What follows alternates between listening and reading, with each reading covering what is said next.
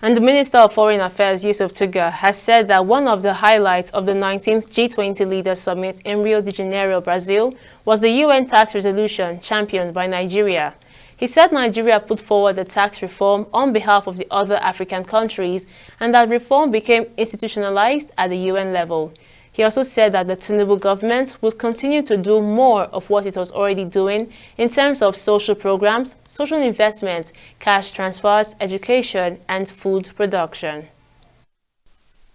Food production in terms of, in fact, one of the things that we were engaged in while we were here was the agreement being signed between Nigeria and Brazil on agriculture, on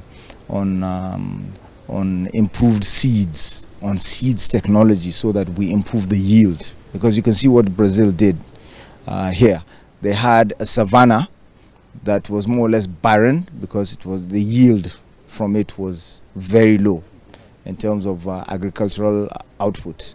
But what they did was, because of the research that they've been doing for so many years, they were able to come up with a solution. They apply lime, they apply phosphate, and they turned it into one of the most fertile and prolific regions in the world in terms of soybean production. So we're partnering with them on that. We have the Green Imperative also that is looking at agricultural projects in our local governments at that level. We are also looking at several other sectors, within livestock.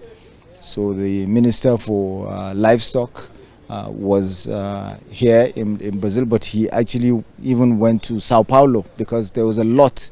It wasn't just G20, there was a lot happening in Sao Paulo, which was focusing on agriculture, focusing on business. There was government to business meetings, there was business to business meetings. We're now looking at a bilateral air service agreement. I think about 2 companies are being put on the fast track to be flying because it's 8 hours. It's not right that we have to fly all the way to Europe to get to this place when it's only an 8-hour flight.